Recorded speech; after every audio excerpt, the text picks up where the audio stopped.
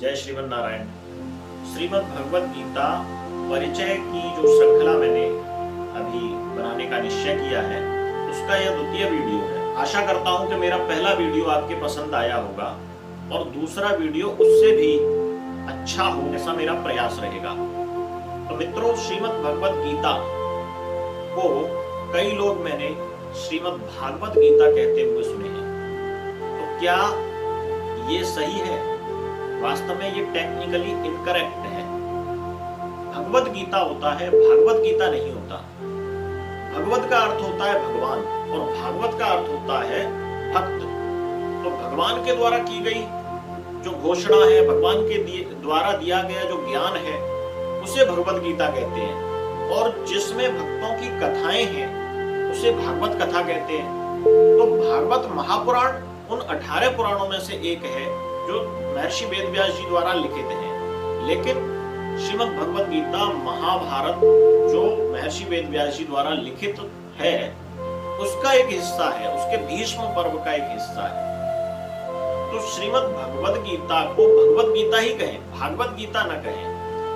अब श्रीमद् भगवत गीता का जो प्रारंभ होता है वह धर्म शब्द से होता है। 700वें श्लोक में अंतिम जो शब्द आता है वह मम से होता है। मम शब्द का अर्थ होता है मैं, यानी ईगो।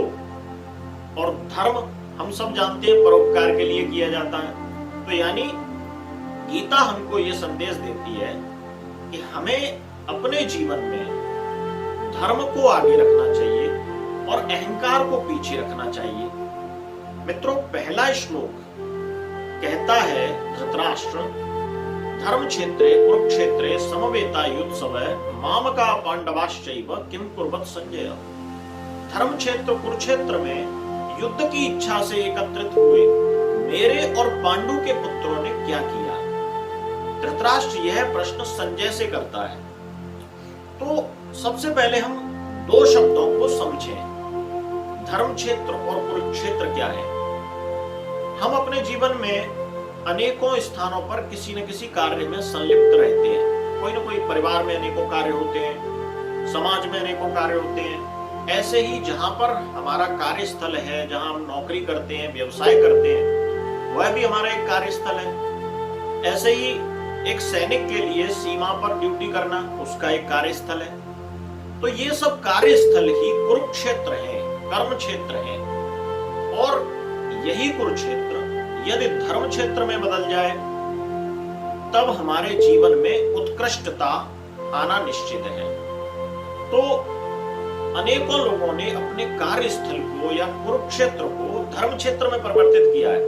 हमारे अनेकों ऋषियों मुनियों ने इतने रिसर्च के बाद जो ज्ञान अर्जित किया और ज्ञान को संकलित करके विभिन्न शास्त्रों के माध्यम से हमारे सामने रखा, वह तभी संभव हो पाया कि उन्होंने जो अपना कर्म, ज्ञान का अर्जन करना, उसको धर्म से जोड़ दिया और उसी ज्ञान को हम धर्म के रूप में लेते हैं। तो इसलिए कुरुक्षेत्र को उन्होंने अपना धर्म क्षेत्र बनाया।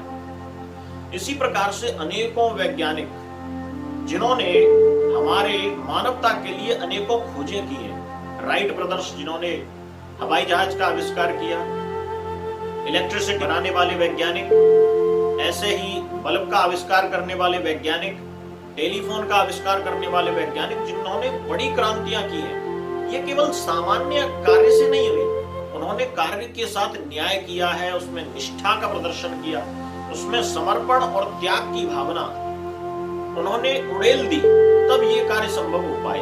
यानी कहने का तात्पर्य, उन्होंने अपने कर्म क्षेत्र को या कुरुक्षेत्र को धर्म क्षेत्र में तब्दील कर दिया, तब ये चीज संभव हो पाई। हम जानते हैं कि अनेकों उद्योगपति ऐसे हैं कि जो अपने जीवन में पाई के लिए प्रारंभिक जीवन में मोहताज थे, लेकिन बाद में उन्होंने इतनी मेहनत करी, इतना समय दिया, इतने अपनेपन के भाव से, समर्पण से, निष्ठा से कार्य किया उसी उद्योग के लिए, तब वे आज सिरमौर हैं। आज ऐसे ऐसे अनेकों उद्योगपति हैं जो किसी एक देश की जीडीपी के बराबर अपने पास धन रखते हैं।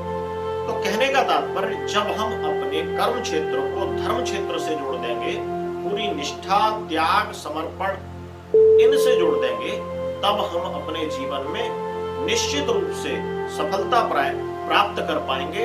ये गीता की शिक्षा है और ये गीता पढ़ने वाला निश्चय ही अपने कर्म क्षेत्र को धर्म क्षेत्र से जोड़ पाता है। आज के इस वीडियो में इतना ही। मेरा अगर यह वीडियो आपको पसंद आता है तो इसको लाइक करें, शेयर करें और मेरे चैनल को सब्सक्राइब अवश्य करें। धन्यवाद।